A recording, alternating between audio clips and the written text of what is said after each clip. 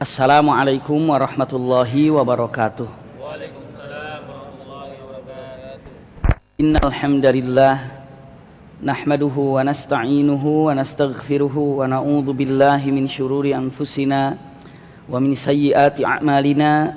Man yahdihillahu fala mudhillalah wa man yudlilhu fala hadiyalah.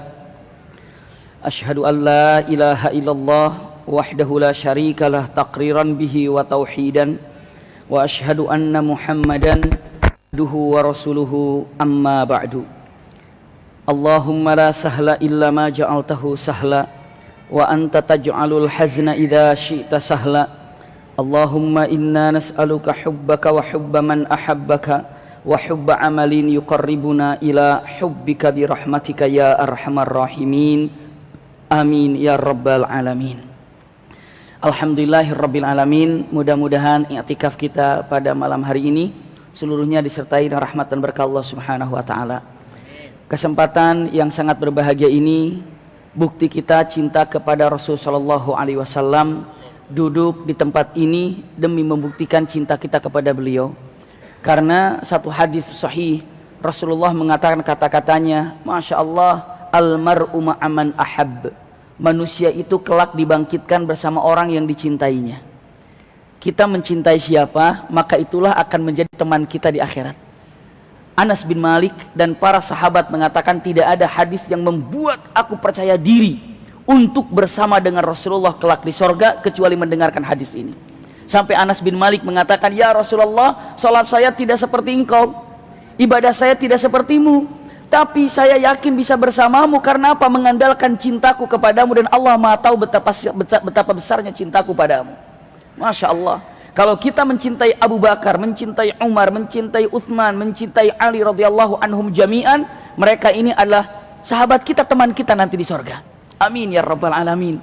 Kita tidak bisa mengandalkan sholat kita, mengandalkan kekhusyuan kita untuk bersama dengan para sahabat, apalagi dengan Rasul sallallahu alaihi wasallam. Tapi kita bisa bersama mereka dengan mengandalkan cinta. Tapi perlu bukti. Apa buktinya? Kita hadir tempat ini membuktikan, ya Rabb, sesungguhnya kami datang ke tempat ini membuktikan mencintaimu ya Rasulullah. Hari ini kita akan membahas tentang lahirnya Rasul sallallahu alaihi wasallam. Tapi ada beberapa hal yang perlu saya sampaikan terkait dengan pertemuan terakhir kemarin. Di pertemuan kajian akbar kedua dalam sirah nabawiyah. Iya, dalam sirah the series yang kedua kemarin, di penghujungnya adalah tentang satu peristiwa yang luar biasa. Tolong diingat untuk kita seluruhnya, kita flashback ke belakang pelajaran yang dulu. Insya Allah ini pelajaran ini terus sambung menyambung. Saya prediksikan pelajaran sirah the series ini kalau terus berjalan dan sebulan sekali tanpa putus, insya Allah itu sampai selesai kira-kira 7 tahun insya Allah. Insya Allah, berarti ada yang nanti sudah punya anak, mungkin ada yang sudah punya cucu, nggak ada masalah. Itu pun kalau kita percepat. Makanya kita santai, pelan untuk mengetahuinya. Iya, kemarin saya sudah menyampaikan beberapa poin yang mungkin bunda ataupun ayahanda masih ingat, ya. Apa yang saya sampaikan di pertemuan yang lalu ini tentang masalah apa ya? Kemarin ini tentang, masih ingat? Abraha menghancurkan apa? Ka'bah. Lalu Abraha mati diganti oleh putranya. Siapa? Masruk atau Yaksum. Anaknya Abraha ini adalah Yaksum. Iya, ini adalah anaknya Abraha. Mati Yaksum diganti dengan Masruk. Ini adalah anaknya Abraha. Dan ini menguasai Raja Yaman. Ini akan banyak sekali nama hari ini. Dan mohon doanya mudah-mudahan saya ingat nama-namanya. Karena banyak sekali ke bawahnya. Iya. Ini adalah Masruk. Lalu pada waktu dia berkuasa Masruk ini, iya, ada keturunan daripada Raja Tuba, Raja Yaman yang asli. Nama Raja Tuba yang asli namanya adalah Saif bin Yazin. Ini adalah raja atau keturunan raja yang hak mutlak milik kerajaan Yaman. Tapi sekarang Masruk Yaksum ini adalah putranya Abraha, yang mana dia itu bukan orang Yaman asli, tapi orang mana? Ada yang masih ingat pelajarannya? Orang mana ini? Orang Habasyah. Iya, ceritanya cek lagi di pelajaran kedua, insya Allah walaupun terlalu lama 1 bulan, tapi kita bisa mereviewnya dan melihatnya di pelajaran yang dulu. Iya. Maka Saif bin Yazin ini ingin menjatuhkan Masruk, dan Masruk ini adalah di bawah kekuasaan Raja Habasyah, dan Raja Habasyah ini di bawah kekuasaan Raja Romawi. Bisa dipahami ini? Diulangi lagi. Di sini ada bangsa Romawi, ini adalah Rum, ya, membawahi Habasyah, ya, lalu membawahi siapa ini? Masruk. Ini dia, Masruk. Jadi kalau ingin berurusan dengan Masruk, berarti dia berurusan dengan Habasyah. Kalau berurusan dengan Habasyah, berarti berurusan dengan Romawi. Siapa yang berani melawan Romawi pada waktu itu? Yang berani melawan Romawi hanya satu. Siapa? Persia. Kekuatan yang dahsyat pada waktu itu sebelum Rasulullah dilahirkan, itu ada raja kekuasaan yang paling tinggi. Ini ada Raja Romawi yang disebut dengan Kaisar, dan ada Raja Persia disebut dengan Kisra. Jadi kalau mau urusan dengan Masruk, berarti urusan dengan Habasyah. Kalau urusan dengan Habasyah, berarti urusan dengan Rum. Dan tidak mungkin ada yang berani dengan Rum kecuali satu kerajaan yang tinggi derajatnya dan kuat gagah, memiliki kerajaan yang tinggi, namanya adalah Persia ataupun dikatakan Al-Furs. Ini dia. Iya, dikuasai oleh Furs. Apa yang dilakukan Saif bin Yazin? Saif bin Yazin ini datanglah ke Furs, minta tolong untuk menjatuhkan Masruk, karena dia ini adalah hak mutlak kerajaan yang sebenarnya. Mereka ini bukan raja sesungguhnya, tapi mereka itu adalah pendatang. Datanglah ke Furs. Saya singkat perjalanannya. Sampai ke Raja Persia ataupun ke Kisra, datang ke kerajaannya. Apa yang terjadi begitu di sana? Kisra ini memiliki mahkota yang berkilo-kilo beratnya. Ada yang mengatakan 1 ton, ada yang mengatakan 2 ton. Yang penting mahkotanya itu besar sekali. Wah, bagaimana lehernya kuat? Itu hanya menggantung saja. Jadi mahkotanya itu ditarik pakai rantai pinggir-pinggir sana. Kalau dia mau duduk diturunkan, turun ke bawah. Setelah itu rajanya baru duduk, masukkan kepalanya ke mahkota itu. Jadi tidak terbebani, hanya nempel saja di kepala. Setelah itu apa? Begitu dibuka layarnya, semuanya sujud kepada raja ini. Semua sujud. Penghormatannya adalah sujud pada waktu itu. Dan pada waktu itu Saif bin Yazin ada di sana. Semua sujud kecuali Saif bin Yazin. Lalu raja ini bertanya, raja siapa? Raja Persia bertanya, mengatakan, kaget semua sujud, satu orang tidak sujud. Dia bilang, man hadal ahmaq lam yasjud li. Siapa orang bodoh ini yang tidak mau sujud kepadaku? Siapa? Panggil ke depan. Dibawa ke depan. Dikatakan, ma mana'ak antas judali? Apa yang membuat kamu tidak mau sujud kepadaku sementara semua sujud padaku? Dia jawab mengatakan, hammi wa ghammi, kesulitanku, kesedihanku, huzni yang membuat saya tidak bisa sujud kepadamu. Ditanya, apa kesulitanmu sehingga engkau tidak mau sujud kepadaku? Kesulitanku, disampaikan, wahai Tuhan, kesulitanku aku kehilangan kerajaan. Rajaku ini adalah ayahku, kakekku, semuanya adalah kerajaan Tubba. Aku adalah keturunannya Tubba. Tapi hari ini kerajaanku dirampas ini Habasyah. Dan Habasyah ini adalah punten kaki tangannya Romawi. Dan saya rasa tidak ada yang bisa menjatuhkan Habasyah, menjatuhkan Masruk, kau wahai Raja Persia. Raja Furs juga mikir-mikir, siapa dia mau ditolong? Kalau nolong dia berarti mesti perang bersama siapa? Romawi. Berat. Musyawarah, lalu kata menteri-menterinya, alah, nggak usah dipikirin orang ini, biarin aja nih, Saif bin Yazin nggak usah dipikirin. Tapi namanya kita raja kan, namanya kita orang baik, kita kasih hadiah aja lah. Dikasih saja hadiah, subhanallah. Dikatakan dematan, sudah kita kasih hadiah saja. Apa yang dikatakan berikan, kita kasih hadiah aja. Diucapkan dalam perkataannya, hadiahnya ada 100.000 dirham, masya Allah. 100.000 dirham, ataupun punten dengan mengatakan 100.000 dirham diserahkan dari raja. Udah serahkan aja ya 100.000 dirham. Buat siapa? Buat kalian atau buat dia.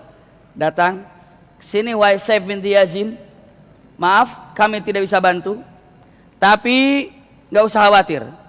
Kami tidak bisa bantu kepada engkau, tapi aku akan berikan kepadamu hadiah. Nih, 100.000 dirham kamu bawa pulang. Serahkan. Saif bin Yazin ketika mendapatkan duit ataupun uang 1.000 dirham, dia bawa uang itu dan dia keluar, tapi tidak puas karena bukan itu yang diinginkan. Apa yang diinginkan? Pasukan. Dia keluar lalu datang ke masyarakat yang ada di Persia ini. Dia bagi-bagi duit 100.000 dirham itu. Dibagi. Sampai menyebar berita ini ke raja. Kata raja, orang yang kemarin saya kasih 100.000 dirham, duitnya dibagi-bagi. Benar-benar orang ini tidak punya akal, tidak punya otak. Dipanggil lagi. Kamu tidak menghargai kami. Kami berikan hadiah kepadamu 100.000 dirham, lalu kau bagi-bagikan begitu saja? Bukankah kau bawa pulang dan manfaat untuk hidupmu tidak akan pernah habis untuk bekal hidupmu? Dia bilang apa? Wahai Raja Persia, dengarkan. Aku datang kemari, diberikan olehmu 100.000 dirham, nggak ada apa-apanya dengan kerajaan yang aku miliki. Dengarkan, Yaman ini gunungnya saja emas. Kata siapa? Kata Saif bin Yazin. Untuk menarik agar raja ini memberikan pasukan. Gunungnya aja emas, pepohonannya aja luar biasa. Mau nanam apa aja subur di sana. Pokoknya kalau orang menjadi raja di Yaman, Arab dikuasai semuanya. Kalau sudah berkata dengan kuasa, biasanya punten orang yang berkuasa ketika mau selesai jadi pimpinannya, punten kadang-kadang mencalonkan lagi nggak kadang-kadang. Setelah itu calon, untung aja ada batasannya. Itulah yang ada ketika dibilang mengatakan di sana ada kekuatan dahsyat, di sana akan bertambah kekuasaan. Lalu dibilang oleh Raja Persia mengatakan, oh, kekuatan dahsyat kalau begitu di sana ini. Mikir siapa? Raja Persia, kumpulkan di sana siapa? Pasukan. Mikir-mikir tapi jauh juga ke sana ya. Maka saat itu dipanggil panglima perang yang hebat, ahli perang. Boleh dikatakan yang diandalkan di Furs, namanya adalah Wuhruz. Namanya adalah Wuhruz. Wuhruz ini adalah panglima perang. Lalu kata Wuhruz mengatakan, wahai tuan, mau berapa kau berikan prajurit kepadaku? Lalu kata raja, berapa kau inginkan? Lalu kata Wuhruz mengatakan, begini saja. Di penjara itu kan banyak para kalau di penjara itu apa? Narapidana ya. Banyak para narapidana yang akan dihukum mati. Bagaimana kalau para narapidana yang akan dihukum mati itu dijadikan pasukan juga, biar ngirit-ngirit pasukan gitu. Iya. Dan cari juga para narapidana yang dihukumnya 10 tahun, 20 tahun, kita tarik dia sebagai apa? Pasukan. Lumayan ngirit juga. Kalau misalnya nanti menang, mereka mendapatkan kebebasan di Yaman. Tapi kalau mati, ya sudah, emang tadinya juga mau mati mereka mah. Bisa dipahami ya? Kata raja, oke, bagus pendapat itu. Dibawalah pasukan yang dibawa oleh Wuhruz ini kira-kira 800 orang. Iya, punten, 8.000 orang. Masya Allah. Kumpul, ada yang menyatakan kata-kata demikian. Berangkatlah, Masya Allah. Ini adalah keindahan yang luar biasa. Berangkatlah Wuhruz ke sana. Ditemani oleh siapa? Saif bin Yazin. Menyerang siapa sekarang ini? Menyerang Masruk. Ya, menyerang Masruk. Masya Allah, Wuhruz menyerang Masruk, membawa pasukan. Ternyata tanpa kesulitan dan tanpa repot apa yang terjadi. Kejadian ini mudah sekali. Masruk ketika kedatangan Wuhruz, ahli perang dari Persia, dan ini bukan main-main, datang kemari dan terjadi peperangan dengan mudah. Tidak sampai 2 hari pasukan ini tumbang. Maka Yaman sekarang diganti kerajaannya oleh siapa? Wuhruz. Tadinya kan yang mau jadi raja mestinya siapa? Saif bin Yazin. Tapi begitu Wuhruz bisa mengalahkan, kata Wuhruz mengatakan, sorry, aku yang capek, masa kamu yang jadi raja? Nggak jadi raja lagi dia. Malah apa yang terjadi, Saif bin Yazin nggak punya kekuatan apa-apa dan tidak jadi raja. Dia jadi masyarakat biasa saja. Tapi yang jadi raja sekarang siapa? Wuhruz. Wuhruz mati, ganti dengan raja Murbuzan. Murbuzan mati, ganti At-Taibuzan. Iya, At-Taibuzan. At-Taibuzan mati ganti dengan Badan. Inilah kerajaan Persia, kaki Persia ataupun kerajaan yang di Yaman yang masuk Islam. Iya. Ini kafir, ini kafir, ini kafir, dan ini hidup di zaman Rasulullah dan ini masuk Islam. Badan. Badan masuk Islamnya juga lucu. Nanti tapi cukup panjang. Tapi mumpung mampir ke Badan, saya gambarkan bagaimana Badan masuk Islamnya gini-gini. Setelah Rasulullah Sulhul Hudaybiyah, Rasulullah kan kirim-kirim surat ke raja-raja kan. Raja yang dikirim surat diantaranya Raja Persia. Saat Raja Persia dikirim surat oleh Rasulullah, Raja Persia namanya adalah, ada yang tahu? Anuzirwan. Ya, Raja Persia saat itu adalah Anuzirwan. Raja Persia saat itu adalah Anuzirwan. Saat Rasulullah di Madinah dikirim surat.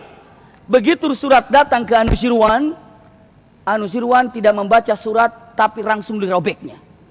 Dirobeknya, diacak-acak. Kenapa dirobek? Gara-garanya kata-katanya gini. Ketika dilihat surat itu, dia katakan, man hadzal ahmaq yuqaddim ismu ala ismi. Siapa orang bodoh ini yang menulis surat namanya lebih awal dari namaku? Namanya ditulis lebih dulu daripada namaku. Karena Nabi Muhammad nulis suratnya gini, dari Muhammad untuk Raja Persia. Dia maunya Raja Persia yang mulia dari Muhammad, maunya begitu. Jadi dia bilang siapa yang menulis namanya lebih dulu daripada namaku, dirobek langsung. Kalau mau mengikuti sunnah, mau kirim surat, nama kita dulu baru untuk siapa, itu yang benar. Kalau gaya Rasulullah. Punten ibu bapak kalau nulis surat di sini bagaimana? Oh, kepada dulu ya. Oh ya, terserah aja gitu ya. Terserah aja. Tapi kalau mau gaya Rasulullah ya dari, misalnya kalau ibu bapak misalnya dikatakan nama bapak misalnya Salman, dari Salman untuk misalnya Ibrahim, itu yang benar. Dari Salman untuk yang terhormat Bapak Ibrahim, misalnya gitu. Itu gara-gara baca surat dari Muhammad untuk Raja Persia, marah, dia bilang, siapa yang berani menulis namanya lebih awal dari namaku, dirobek. Dirobek-robek. Lalu utusan itu datang ke hadapan Rasulullah mengatakan, ya Rasulullah, mazzaqa risalati. Dia telah menghancurkan surat kita ya Rasulullah, dirobeknya. Apa kata Rasulullah? Mazzaqa mulka kama mazzaqa risalati. Allah akan merobek-robek kerajaannya Persia seperti dia telah merobek-robek suratku. Kejadian kan? Nanti bahasanya, tenang saja dulu, santai. Nanti di Qadisiyah, di Perang Mu'tah semuanya. Insyaallah 4 tahun lagi itu. Ya, santai aja. Kan pelan-pelan kita bicaranya. Yang penting kita begitu kejadiannya. Saya lanjutkan, ayahanda atau ikhwah akhwat yang berbahagia. Nah, pas ini masih mampir di Badan ya. Pas mendapat surat, marah. Siapa? Anuzirwan. Anuzirwan kirim surat ke Badan. Wahai Badan, kirim pasukan untuk mangkap Muhammad. Kirim pasukan untuk nangkap Muhammad. Dia telah menulis namanya di atas namaku. Astagfirullah. Bisa begitu tuh kalau orang sombong mah. Dan gitu kalau orang gurur sombong demikian, maka Badan pun sama. Kata Badan, Arab ini macam-macam aja. Dikirim cuma 2 orang saja, bodyguardnya Badan, orang yang gagah yang kuat, datang ke Madinah buat nangkap Rasulullah. Padahal di situ kan ada prajurit-prajurit gagah. Belum di sana ada Zubair bin Awam, ada Umar bin Khattab, masya Allah, ada lagi para sahabat yang lainnya. Datang 2 orang ini, prajurit ini, datang ke Madinah. Sesampainya di mana dia tanya, ayyukum Muhammad, langsung datang ke masjid. Mana yang namanya Muhammad? Karena kalau Rasulullah SAW duduk di masjid, itu nggak bakalan ketahuan mana Muhammad dan mana para sahabat. Kenapa? Karena pakaiannya sama, duduknya sama, dan tidak pernah ada yang diistimewakan di antara mereka. Subhanallah. Jadi kalau ada orang datang ke sana, mau cari Rasulullah, dia ngelirik-ngelirik, nggak ketemu. Lalu dia katakan, ayyukum Muhammad. Ayyukum Muhammad. Rasul berdiri sambil senyum, bahasanya. Rasulullah itu kalau ada yang nyari, langsung berdiri, nggak usah ada, ayyukum Muhammad. Kenalin aku dong, kenalin, nggak ada. Ya. Rasulullah berdiri sambil senyum, ana Muhammad. Apa yang bisa saya bantu? 2 prajurit yang mengatakan, kamu yang namanya Muhammad, kamu yang telah kirim surat ke Anuzirwan. Rasulullah bilang, iya, aku yang telah mengirim suratnya. Kamu harus mempertanggungjawabkan perbuatanmu. Badan menginginkanmu, engkau akan ditangkap dan dibawa oleh kami ke badan. Semua para sahabat berdiri. Enak aja main begitu-begitu. Lalu kata Rasulullah mengatakan, badan rajamu? Iya. Siapa yang memerintahkan menangkapku? Badan. Siapa yang memerintahkan badan? Anuzirwan. Lalu kata Rasulullah mengatakan, Anuzirwan? Iya. Bilang ke badan, Anuzirwan baru tadi malam mati terbunuh. Rasulullah bilang, Anuzirwan, sampaikan ke badan yang memerintahkan badan menangkapku tadi malam, namanya Anuzirwan, baru saja tadi malam terbunuh. Subhanallah. Orang itu bilang, loh, ini jawabannya. Ini benar-benar error apa-apa nih. Jawabannya begini. Saya tidak mau berangkat karena yang memerintahkan badan baru malam terbunuh. Itu jawabannya, pergi. Lalu dua orang itu pergi, datang ke badan. Kata badan, mana yang mesti kau tangkap Muhammad? Justru itu, ada kabar dari dia. Apa? Katanya Anuzirwan sudah mati terbunuh. Dihitung kapan dia bicara nyebutkan tadi malam dia terbunuh. Misalnya hari ini tanggal 1 Jumadil Awal misalnya, iya, hari ini tanggal 1 Jumadil Awal, hari ini, iya, Rasulullah bilang pada tanggal 1 Jumadil tadi malam terbunuh. Tadi malam. Subhanallah. Punten, disampaikan ke Yaman tanggal berapa, datang berita dari mana, dari Persia tanggal berapa, begitu dicocokkan tepat ketika Rasulullah mengatakan Anuzirwan tadi malam terbunuh, memang tadi malam baru terbunuh. Badan mengatakan, demi Allah tidak ada yang bisa mengetahui kabar-kabar secepat ini kecuali Nabi. Maka langsung dia mengatakan, asyhadu an la ilaha illallah wa asyhadu anna Muhammadan abduhu wa rasuluh. Ini badan menjadi Islam. Ini Islamnya badan. Bahkan membantu Rasulullah, bahkan Rasulullah kirim surat ke badan. Ini adalah raja yang menjadi seorang mukmin. Bahkan ini menjadi alat untuk Rasulullah ketika menyampaikan kerajaan-kerajaan yang ada di Arab. Kata Rasulullah, badan pun masuk Islam. Kaget, badan masuk Islam? Subhanallah, bisa begitu. Ini adalah badan. Selesai, ini ya. Ini sudah terjadi sekarang, berarti Yaman ini sudah dikuasai oleh siapa? Oleh Persia. Awalnya dikuasai oleh Romawi. Ini kita ataupun yang akan saya sampaikan di pertemuan kemarin, sudah sampaikan hari ini. Saya lanjutkan. Insya Allah dilanjutkan tentang lahirnya Rasul Sallallahu Alaihi Wasallam. Namun sebelum mengetahui tentang kelahirannya Rasul Sallallahu Alaihi Wasallam, ada beberapa hal yang ingin saya sampaikan berkaitan dengan keturunan Rasul Sallallahu Alaihi Wasallam. Sangat indah sekali. Kenapa? Agar tahu bagaimana si kakeknya Rasulullah dan bagaimana jabatan, bagaimana tingginya. Ulangi, kita ambil pelajaran yang dulu. Apa pelajaran yang dulu? Tolong ingat dan tolong disimak oleh seluruhnya. Awal yang tinggal di kota Mekah, Jurhum. Masih ingat nggak? Ingat ketika Nabi Ibrahim meninggalkan istrinya bersama putranya Ismail.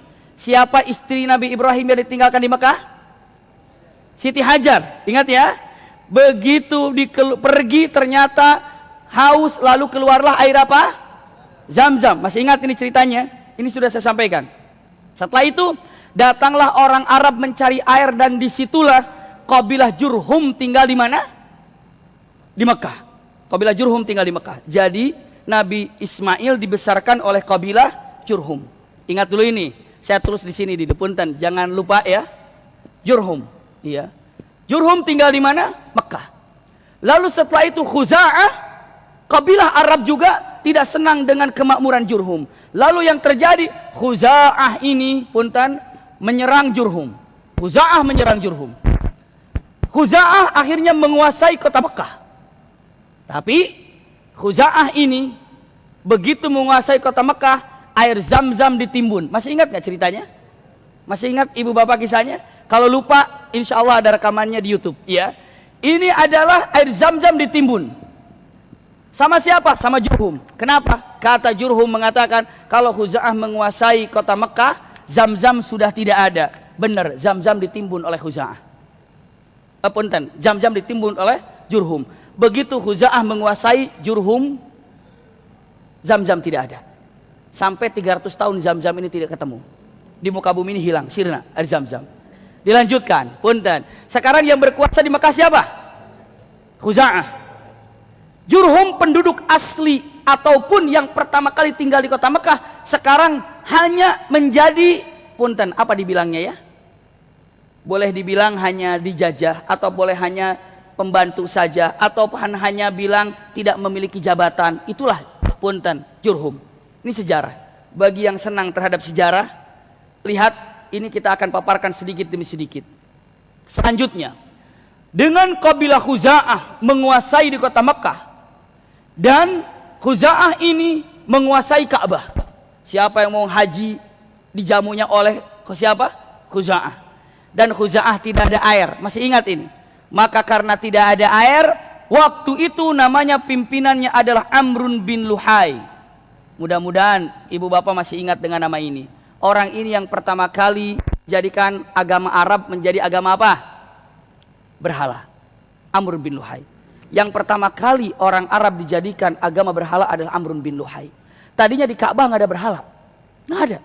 Di Amrun bin Luhai pimpinan Khuza'ah ini, karena tidak ada air, lalu apa yang terjadi? Amrun bin Luhai ini sedang berjalan di kabilah Amalik. Ini terlalu jauh saya ke belakangnya, ya. Tapi kalau diloncatin takut nggak nyambung lagi, iya. Dari kabilah Amalik, ketika masuk ke kabilah Amalik dia sedang beribadah, menyembah berhala.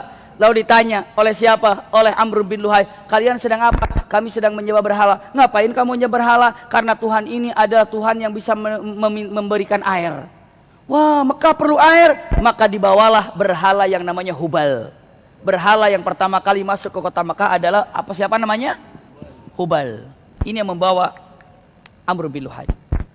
Maka Amr bin Luhai ini yang pertama kali menjadikan kota Mekah musyrik. Sampai Rasulullah mengatakan, Ra'aitu Amr bin Luhai yajurru a'ma'ahu ilan nar. Saya melihat Amr bin Luhai ditarik ususnya ke neraka. Ususnya ditarik ke neraka. Ini Rasulullah menyaksikan Amr bin Luhai. Kenapa ya Rasulullah? Karena dia yang telah menjadikan orang Arab menjadi musyrik. Yang menjadikan agama Arab menjadi agama berhala. Na'udzubillah. Saya lanjutkan, punten.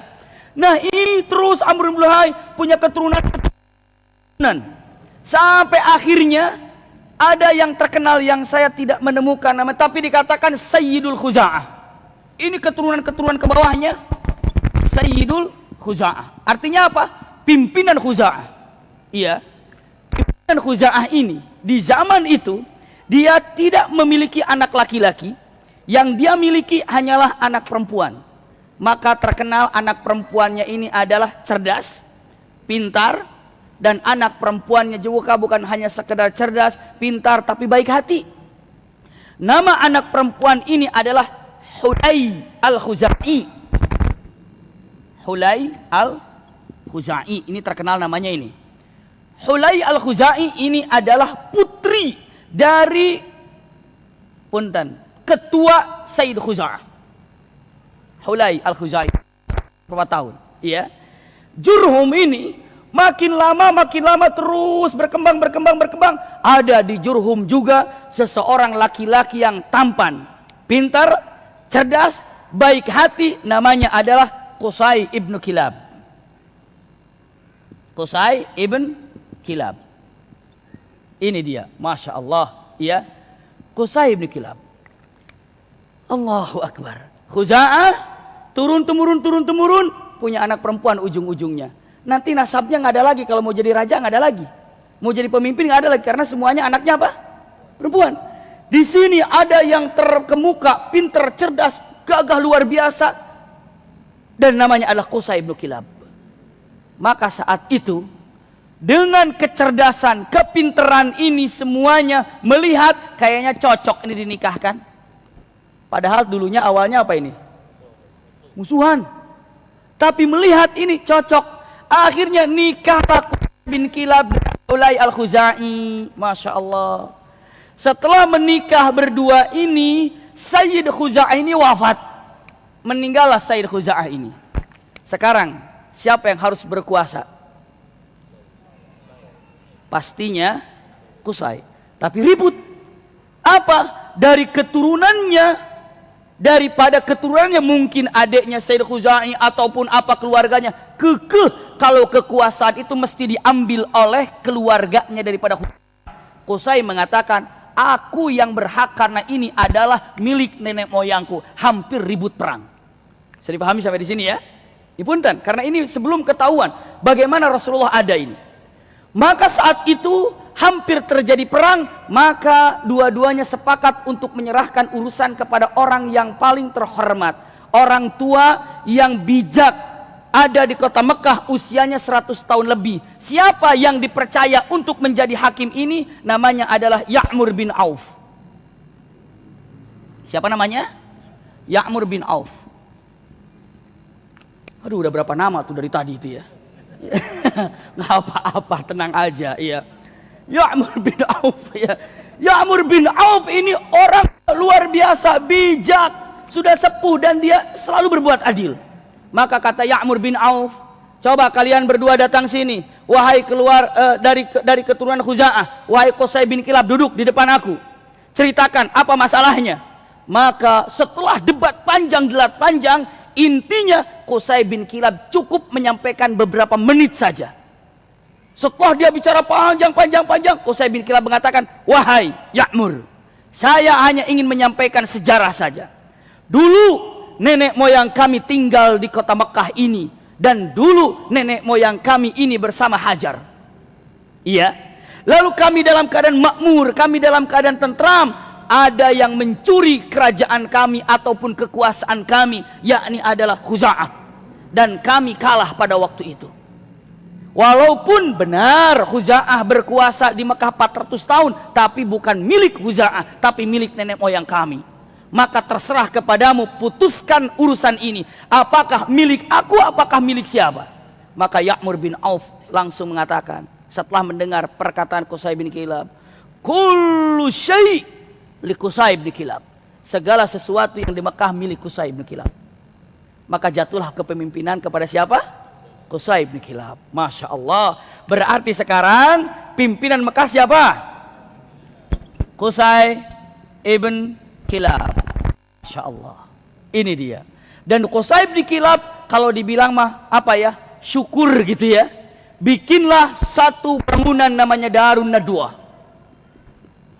Untuk apa Darun Nadwah ini? Darun Nadwah ini untuk kumpul kalau ada masalah-masalah. Mungkin kalau sekarang mah MPR-nya, gedung MPR gitu ya, gedung tempat bermusyawarah, Darun Nadwah. Qusay bin Kilab punya anak dua, ya, dua putra daripada, sebetulnya cukup ada namanya, nama putranya itu tidak dua, namun biar tidak ribet kita memikirkannya karena ini sangat berperan. Dua putra Qusay bin Kilab. Pertama anaknya namanya adalah Abduddar. Yang kedua namanya adalah Abdul Manaf. Nah, sudah dekat-dekat ini. Sudah dekat-dekat ke Rasulullah ini. Oh, ada Abduddar, ada Abdul Manaf. Apa perbedaan dua putra daripada Qusay bin Kilab ini? Perbedaannya nyata sekali. Abduddar walaupun anak pertama, tapi orangnya qadarullah tidak punya apa ya, orangnya lemah, tidak punya kekuatan dalam berpikir, tidak punya kekuatan dalam fisik, tidak punya kekuatan di dalam perjuangan, orangnya kelemar-kelemar. Abduddar kurang berwibawa. Tapi Abdul Manaf walaupun anak kedua, dia gesit, pinter, cerdas, luar biasa. Maka orang-orang menghormati Abdul Manaf ketimbang Abduddar. Bisa dipahami sampai di sini ya? Kan ada di antara keluarga mungkin kadang-kadang anak pertamanya tidak seperti anak kedua, tidak seperti anak ketiga, begitu ya. Maka dengan menyebutkan Abduddar tidak seperti Abdul Manaf. Abdul Manaf, masya Allah, lagi pemudanya saja terhormat, disenangi orang. Tapi Abduddar nggak dianggap. Sedihlah Qusay bin Kilab. Lalu Qusay bin Kilab dengan kebijaksanaannya mengatakan, kalau seandainya aku wafat tanpa diberikan kekuasaan kepada Abduddar, pasti yang jadi pimpinan siapa? Abdul Manaf. Maka kata Qusay bin Kilab, sebelum aku wafat, aku akan serahkan kepemimpinan kepada Abduddar. Kenapa? Kalau yang namanya Abdul Manaf nggak dikasih kepemimpinan pun sudah jadi pemimpin. Karena terhormat. Tapi ini harus diangkat. Maka sebelum wafat Qusay bin Kilab mengatakan, penggantiku adalah Abdudar. Marah Qusay bin Abdul Manaf? Tidak. Kenapa? Abangnya ini yang jadi, nggak apa-apa.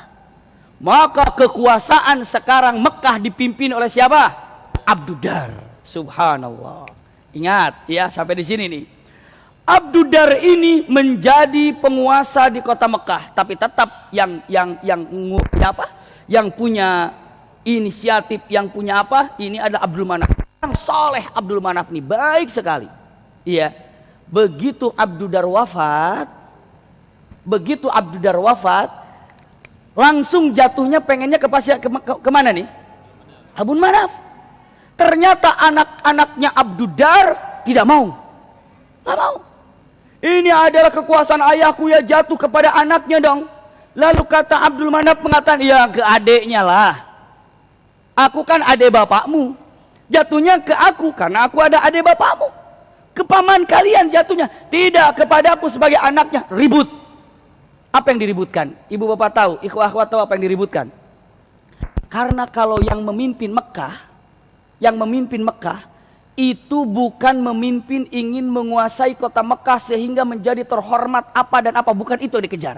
Tapi apa? Kalau jadi penguasa Mekah, dia ini punten menjamu para tamu Allah yang datang ke kota Mekah. Justru rugi jadi pemimpin kalau secara duniawi. Kenapa? Nyuguhin orang yang haji, nyuguhin tamu yang datang ke Mekah, namanya juga Baitullah. Siapa yang menghormati tamu Allah berarti dirinya itu dekat dengan Allah. Jadi mereka ini berebut kekuasaan bukan untuk mencari jabatan agar dihormati, tapi bagaimana caranya biar bisa khidmat kepada orang yang datang ke kota Mekah. Masya Allah. Mereka itu berebut itu. Kalau sekarang mungkin ada pemilihan, baik itu yang namanya pemilihan di mana, mau gubernur kah, mau pemilihan bupati kah, mau apa saja, yang mereka inginkan adalah saya harus pandai berkhidmat. Itu yang dicari, itu adalah peluang untuk khidmatnya, bukan peluang untuk apa itu. Terserah jawabannya apa. Iya, peluang untuk jadi apa, pengen punya apa, bukan itu dikejar, tapi khidmat, ingin apa? Khidmat kepada para tamu Allah. Masya Allah. Berebut antara keluarga Abdudar dan Abdul Manaf ini. Dengan kebijakan Abdul Manaf begini, udahlah begini aja. Yang direbutkan sama kita kan bukan kekuasaan sebenarnya, tapi apa? Ingin menghormati para tamu yang datang ke mana? Ke kota Mekah. Lalu apa? Usikum wa iyaya nafsi bitaqwallah. Mereka bilang dengan menyebutkan kata-kata yang luar biasa. Kita bagi dua aja. Maksud bagi dua bagaimana? Maksudnya adalah Ka'bah ini, Mekah ini kita bagi dua. Abdudar bagian kiswah Ka'bah. Punten. Iya. Bagian keamanan dan kiswah Ka'bah. Al-amnu boleh dikatakan khusus bagian, atau dikatakan kiswah. Bagian memberikan kiswah Ka'bah, keamanan, itu adalah bagian Abdudar. Abdul Manaf bagian konsumsi para jamaah haji. Berarti di sini adalah sakaya. Apa sakaya ini? Memberikan minuman kepada siapa? Jamaah haji. Maka sekarang tetap yang memimpin kota Mekah adalah putra dari Qusay bin Kilab, keturunan Qusay bin Kilab. Kalau Abdudar sekarang khusus bagian Ka'bah, kalau Abdul Manaf khusus bagian konsumsi, makanan, minuman untuk jamaah haji, itu dipimpin oleh Abdul Manaf. Bisa dipahami sampai di sini ya? Abdul Manaf sekarang ini sudah selesai. Kita ceritakan Abdul Manaf. Oke, kita lihat dulu di sini. Nanti kita kasih warna merah biar tahu. Jalan Rasulullah. Abdul Manaf punya putra. Masya Allah. Ingat ini. Ini sering belajar sisilah, kita mengetahui Rasulullah, tapi gimana ceritanya? Ini biar tahu dulu. Abdul Manaf punya putra. Saya tidak akan panjang-panjang menceritakan putranya. Putra daripada Abdul Manaf yang terkenal itu adalah Hashim. Hashim ini punya adik namanya Muttalib. Ini banyak orang kecelek di sini nih. Tenang. Iya. Ada kecelek di sini nih. Punten. Hashim ini memiliki istri orang Madinah. Iya. Yang terkenal ya Ummu Hashim. Orang mengatakan itu seperti itu. Hashim ini punten punya istri di Madinah. Iya. Dan Hashim ini punya putra namanya Syaibah. Ingat namanya Hashim siapa? Nama putranya Hashim siapa? Syaibah. Tapi Hashim ini wafat ketika Syaibah masih kecil. Maka dibawalah oleh ibunya ke Yathrib. Yathrib itu Madinah sekarang ini, tapi namanya dulu Yathrib. Dibawalah ke Yathrib. Syaibah ini sekarang tinggal di Yathrib. Saya dipahami sampai di sini ya. Dan Muttalib masih tinggal di Mekah. Saat Syaibah usianya kira-kira sudah 9 tahun atau 10 tahun, kira-kira sudah mulai apa namanya? Mulai seger, udah mulai besar lah gitu ya. 9 tahun, 10 tahun, udah besar. Maka Muttalib datang ke ibunya Syaibah. Datang ke ibunya Syaibah. Wahai saudariku, wahai istri daripada kakakku, izinkan aku mau mengambil keponakanku. Berarti ini keponakannya siapa? Muttalib kan? Izinkan aku mau mengambil keponakanku untuk dibawa ke Mekah. Kata ibunya Syaibah, enak aja, ini anakku. Nggak boleh. Memang ini adalah anakmu, tapi dia mengemban tugas yang berat untuk meneruskan punten khidmat ke Ka'bah. Saya dipahami ini ya. Karena keturunannya Qusay bin Kilab. Lalu ibunya mengatakan gini aja, sekarang tanya sama anakku mau ikut aku ibunya atau mau ikut pamannya ke Mekah. Maka diceritakan usia 10 tahunan. Wahai ponakanku Syaibah, pilih, kamu mau tinggal sama ibumu atau mau bantu pamanmu menjaga rumah Allah. Tuh lihat nih. Anak kecil 10 tahun mengatakan, mama, aku mau ikut paman aja. Kenapa? Khidmat kepada para jamaah haji. Masya Allah. 10 tahun sudah begitu pikirannya. Maka ibunya mengatakan, silahkan nak, kalau itu pilihanmu, berangkatlah. Syaibah masih kecil.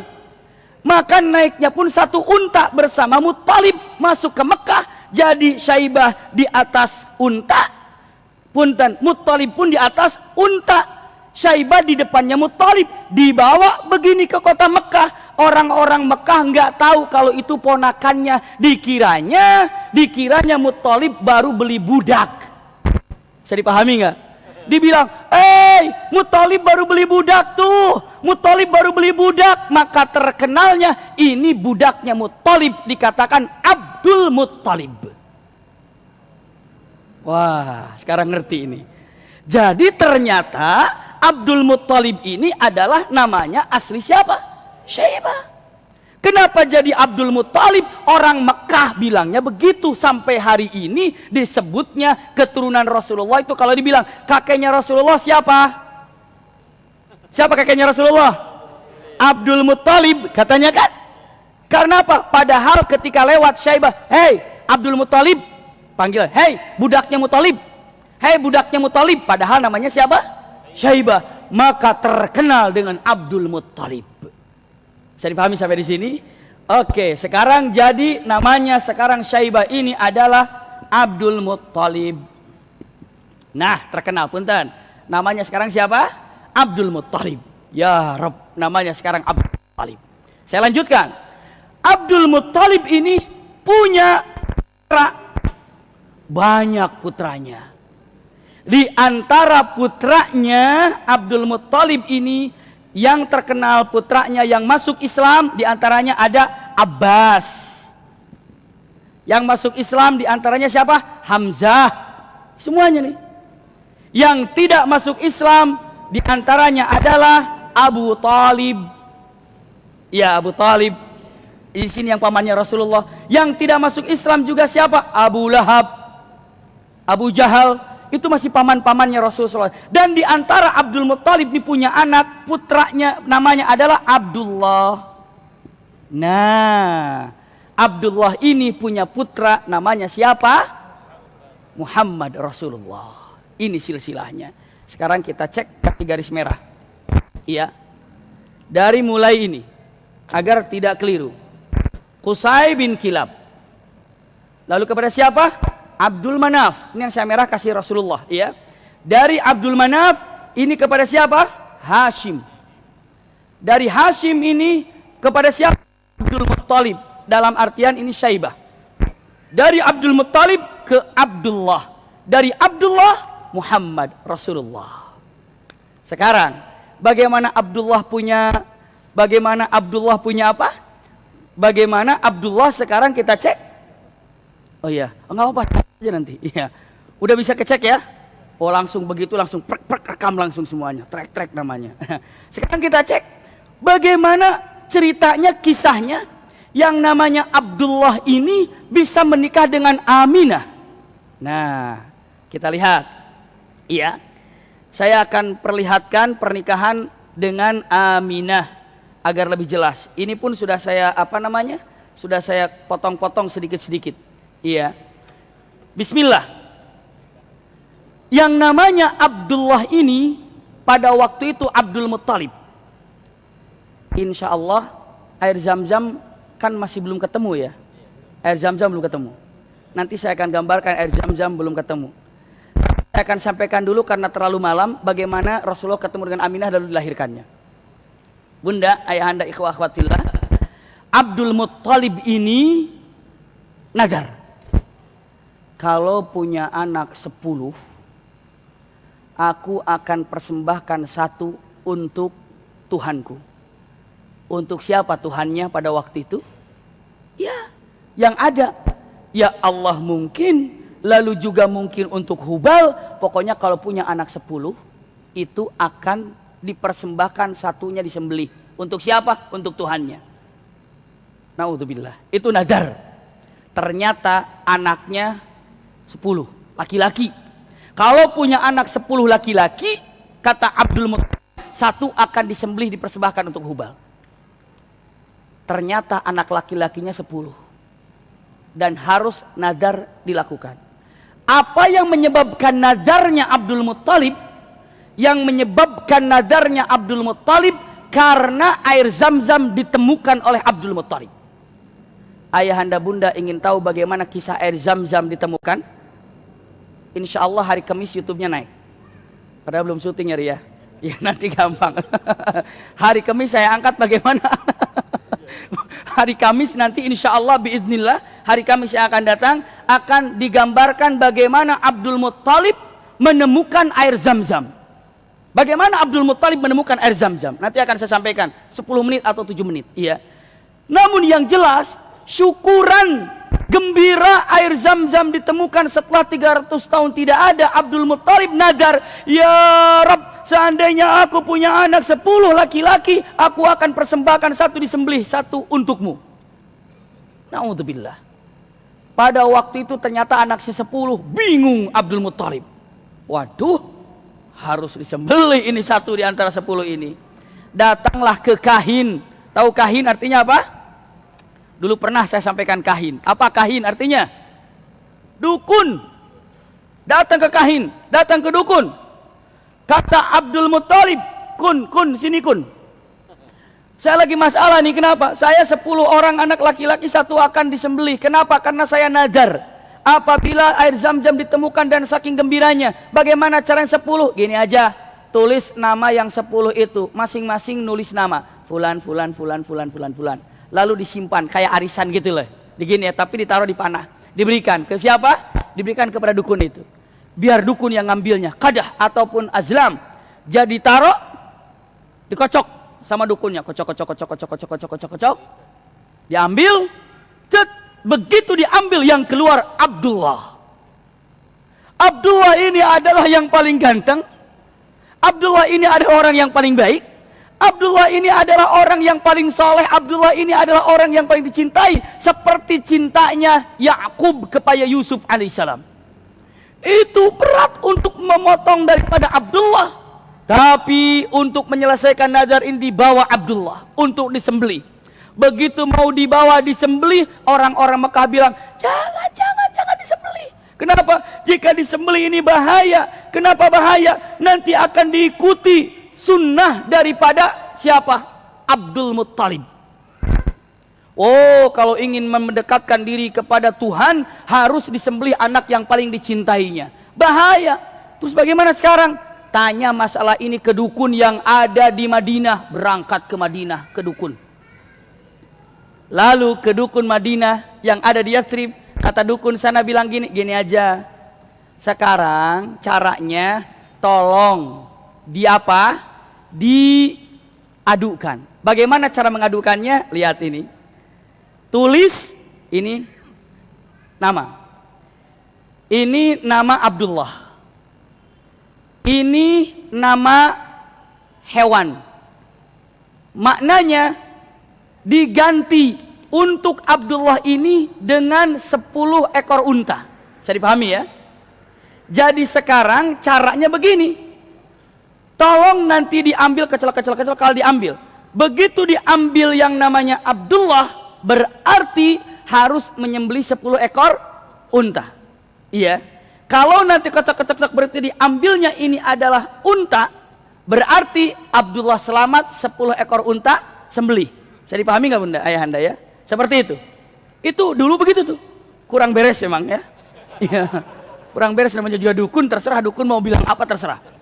Iya. Dikecil, ternyata begitu ditarik sama Abdullah, punten, sama Abdul Muthalib, begitu ditarik, cuk, begitu ditarik Abdullah langsung bayar 10 ekor unta. Daripada apa? Daripada nanti Abdullah disembelihkan, satu nama 10 ekor unta, taruh 10 ekor unta, trek 10 ekor unta, kocok, keluar lagi Abdullah lagi 20 ekor unta, kocok, keluar lagi Abdullah lagi 30 ekor unta, kocok, 4 kali Abdullah lagi 40 ekor unta, sampai 10 kali 100 ekor unta. Abdullah belum keluar. Subhanallah. Dikocok lagi, dibuka baru unta. Semua gembira, unta, ayo sembelih. Kata Abdul Muthalib, akhirnya keluar juga unta. Tapi Abdul Muthalib berkata, saya tidak puas, saya ingin sekali lagi. Kocok, keluar unta lagi. Kocok, keluar unta lagi. Maka disembelihlah 100 ekor unta untuk menebus siapa? Abdullah. Maka Rasulullah mengatakan dalam hadisnya, ana ibnu Dhabihain, aku adalah anak dari 2 bapak yang akan disembelih. Siapa bapak pertama? Abdullah. Yang kedua siapa? Ismail. Tapi kalau Ismail ini ada diuji kecintaan antara dan anak, tapi kalau ini adalah mengerikan sekali atas gangguan setan kepada Abdul Muthalib, tapi selamat. Bisa dipahami ya? Gembira Abdul Muthalib ini Abdullah selamat, maka dicari wanita yang paling baik yang ada di kota Mekah. Siapa?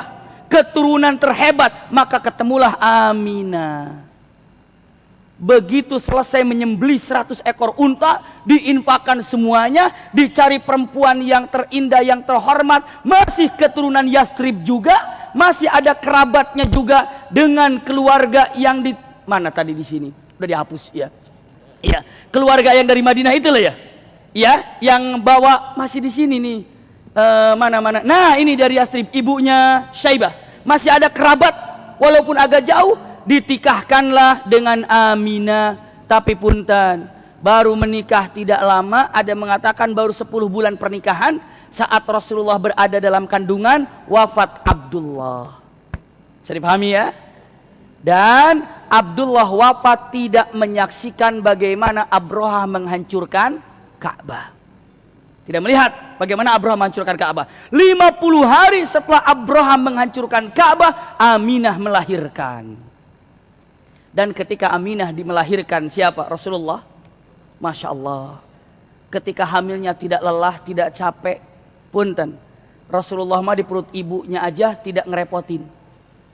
Kita mah waktu di perut ibu ngerepotin.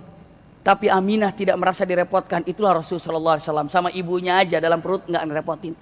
Kita mah di perut ibu ngerepotin, keluar ngerepotin, sampai sekarang ngerepotin. Tapi Aminah ketika mengandung Rasulullah tidak. Begitu keluar, punten saya gambarkan. Mulqian ala yadil yumna. Ini sebetulnya mau digambarkan, disampaikan, tidak disampaikan, bukan ini. Tapi untuk disampaikan saja, untuk mengetahui min babi amanatil ilm. Rasulullah keluar mulqian ala yadil yumna. Muqahhalal ain, matanya punten. Muqahhal itu apa? Seperti menggunakan celak. Makanya bapak-bapak khusus ikhwah, itu adalah sunnah kalau menggunakan celak di sini. Masya Allah. Tapi ya kalau sekarang pakai celak berabe ya. Apalagi kalau agak melambai, bingung jadinya. Iya. Tapi kalau gagah, Masya Allah. Suaranya laki, jalannya laki, ada celaknya juga, gagah, itulah sunnah. Makanya sunnah mahjurah kadang-kadang. Ini satu sunnah apabila menggunakan celak itu sunnah. Masya Allah. Minimal kasih celah. Masya Allah, sunnah. Jadi kalau nanti tiba-tiba suami ibu, suami akhwat ini pakai celah, jangan bilang astagfirullah gaul sama siapa ini. Salah gaul ini. Jangan-jangan ini gara-gara terang Jakarta katanya, astagfirullahaladzim. Tidak. Tapi apa? Ini adalah bagian daripada sunnah yang ada. Iya. Lalu apa? Beberapa ulama termasuk Syahid Al-Qarni, termasuk beberapa ulama Dr. Tariq Suwaidan, Syekh Nabil Awadi, Muhammad Al-Arifi, iya, menyatakan kalau telah lahirnya dalam keadaan wulida puntan masruran, ini sudah dipotong tali arinya. Selanjutnya apa lagi? Maktunan, sudah dalam keadaan selesai dikhitan. Masya Allah.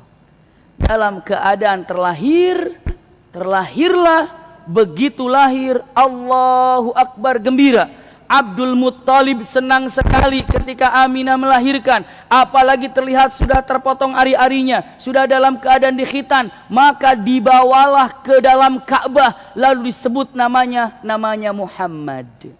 Masya Allah. Namanya siapa? Muhammad. Sekarang ibu bapak, ikhtitam yang ingin saya sampaikan.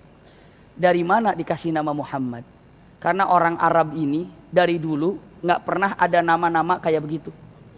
Iya, nama orang Arab ini galak-galak, garang-garang, keras-keras, tajam-tajam, itu nama Arab. Coba di sini. Nama siapa? Hashim, Syaibah, Muttalib, Hamzah, Abbas, namanya garang gitu ya. Kenapa? Karena orang Arab itu biasa nanti kalau berhadapan dengan musuh itu harus memperkenalkan diri. Pantang orang Arab berantem tanpa tahu musuhnya siapa dan alamatnya di mana. Itu orang Arab. Kenapa? Zaman dulu. Kenapa? Kalau dia mati akan diantarkan jenazahnya ke keluarganya sambil bilang aku yang membunuhnya. Kalau di antara kalian yang mau dendam, cari aku qabilah fulan, aku adalah fulan, cari aku. Itu dulu. Jadi kalau mau berantem, nama kamu siapa? Hamzah. Kamu misalnya dikatakan, kamu siapa? Hamzah. Kamu siapa? Dibilang Abbas. Jadi nama itu gagah. Kenapa? Biar nakutin lawan. Namanya begitu. Nama Arab tuh galak, keras, tajam, dan itu menakutkan. Nama siapa? Hurairah. Nama siapa? Habs. Nama siapa? Hashim. Seperti itu. Nggak ada lagi perang. Nama kamu siapa? Bunga. Wah, udah kacau seperti itu. Mau perang kasih bunga namanya. Kalau galak-galak, tapi begitu datang Muhammad namanya. Dari mana yang namanya Abdul Muttalib mengenal nama Muhammad? Ada kisah tersendiri. Tanggung kalau tidak saya sampaikan. Bunda, Abdul Muttalib ini sedang berjalan ke Syam bersama 3 temannya. Temannya yang pertama adalah Luhayyah ibnu Hallaj. Ini adalah teman pertamanya. Lalu Sulaiman ibnu Mujashi dan satu lagi temannya Hamran ibnu Rabi'ah. 3 temannya. Perlu saya catat kayaknya, kelihatan bengong. Iya. Punten. Nama temannya Abdul Muttalib. Kemana? Waktu ke Habasah. Nama yang pertama adalah Luhayyah ibn Hallaj. Selanjutnya adalah siapa tadi? Sulaiman ibn Ashi. Lalu Hamran ibn Rabi'ah. Ini 3 orang. Yang ini adalah Abdul Muttalib. Begitu datang ke Syam, ketemu dengan pendeta. Kata pendeta, kalian dari mana? Kami dari bangsa Arab. Oh, Arab. Iya. Demi Allah, kalau melihat dari keadaan yang ada, di Arab ini tahun ini akan datang seorang nabi akhir zaman. Subhanallah. Lalu berempat tanya, oh, namanya siapa? Muhammad atau Ahmad? Lalu orang ini berpikir, kalau punya anak kasih nama Muhammad. Kalau punya anak kasih nama Muhammad. Yang pertama kali punya anak Luhayyah ibnu Hallaj, maka dikasih nama Muhammad anaknya. Yang kedua Sulaiman ibnu Mujashi pun dikasih nama Muhammad. Lalu yang ketiga Hamra ibnu Rabi'ah juga dikasih nama Muhammad. Itu anak-anaknya dia. Tapi Abdul Muttalib sudah nggak punya anak lagi, tapi punya cucu.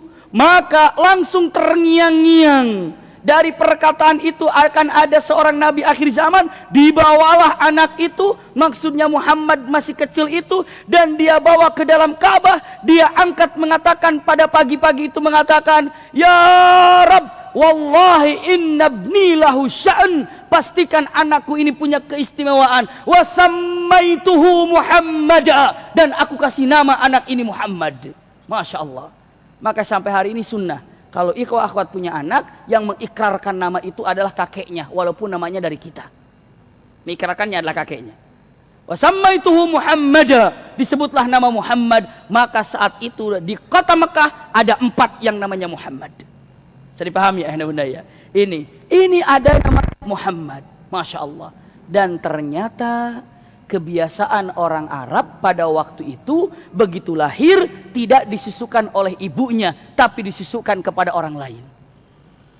Alasannya, loh, tega banget baru dilahirkan harus dibawa oleh orang lain, disusukan oleh orang lain. Apa alasannya? Karena orang Arab luar biasa cerdik, pintar, dan menjaga keturunannya. Siapa yang menyusukan Rasulullah? Halimatus Sa'diyah. Siapa Halimatus Sa'diyah? Suami daripada Yasir. Di mana tinggalnya? Di Bani Sa'diyah. Bagaimana kok bisa jatuh ke Halimatus Sa'diyah? Karena Halimatus Sa'diyah di Bani Sa'diyahnya itu orang termiskin, orang terpakir, tapi Rasulullah malah diserahkan kepada Halimatus Sa'diyah. Masya Allah. Dan Halimatus Sa'diyah akhirnya membawa Nabi Muhammad. Kenapa orang Mekah mesti menyusukan putra putrinya ke orang lain, padahal masih dalam punten apa? Radha'ah, serahkan kepada orang. Ini adalah kebiasaan, tapi ada hal-hal yang perlu diketahui. Apa penyebab orang Arab pada waktu itu menyusukan anaknya kepada orang lain? Bahkan Rasulullah diserahkan pilihannya kepada Halimatus Sa'diyah. Jawaban tepatnya insya Allah bulan depan. Insya Allah, iya. Jadi bulan depan adalah Rasulullah disusukan kepada Halimatus Sa'diyah. Insya Allah untuk Kamis saya akan sampaikan 2 PR. Kamis yang ini tentang Zam-Zam ditemukan. Termasuk ada kisah unik. Kenapa? Karena pokoknya ada unik banget. Kisahnya unik sekali. Kenapa? Karena yang namanya begitu air Zam-Zam ketemu melalui mimpinya, begitu nantinya tadi nggak ada yang bantuin Abdul Muttalib, begitu Abdul Muttalib menemukan air Zam-Zam, semuanya merasa memiliki. Lalu akhirnya hampir ribut, lalu diselesaikan masalah itu kemana? Dukun lagi. Tapi untung dukunnya nggak ada. Dukunnya lagi di Khaybar, dikejar ke Khaybar, ada peristiwa selama dalam Khaybar. Insya Allah hari Kamis harus sudah dinaikkan, biar tahu lanjutannya. Selanjutnya Kamis yang akan datangnya lagi ada beberapa poin yang tidak disampaikan. Akan sampaikan tadi apa ya? Saya ingat tadi tadi mau disampaikan tapi saya lewat langsung ke sini karena waktu yang tidak cukup. Ya, insya Allah apa yang disampaikan yang ketinggalan di sini untuk memperlengkapnya akan disampaikan insya Allah di YouTube-nya. Insya Allah setiap hari Kamis dinaikkan. Insya Allah untuk melengkapi bagi ibu bapak, ikhwah akhwat yang belum nyambung dengan pertemuan kedua dan pertemuan ke-1, insya Allah ada. Hanya punten mohon maaf di pertemuan kedua itu ada audio yang kurang apa? Kurang masuk, tapi sudah ditempel kok. Ditempel di Kamis yang keberapa untuk menyelesaikannya. Kenapa? Ini punten benar-benar hanya untuk membuktikan cinta kita kepada Allah dan Rasulnya. Seperti ini Allah mengumpulkan di sini, semoga Allah pun mengumpulkan kita di surga nanti seperti ini, bahkan di tempat yang jauh lebih indah. Ini dapat saya sampaikan. Jazakumullah khair, ala husni istimaikum. Insyaallah, jazakallahu khair Ustaz. Ini kalau dilihat-lihat berarti dari tadi nih Ustaz, dari zaman Jurhum, Uza'ah itu udah kayak kalau zaman sekarang Romeo and Juliet mungkin ya. Gitu ya. Dari musuhan, anaknya nikah. Berarti dari sini nih dapatnya. Wah, lanjut sampai ke Muhammad sallallahu alaihi wasallam. Masya Allah ya. Ini cerita saga ini insya Allah lebih ciamik, lebih keren daripada saganya Star Wars.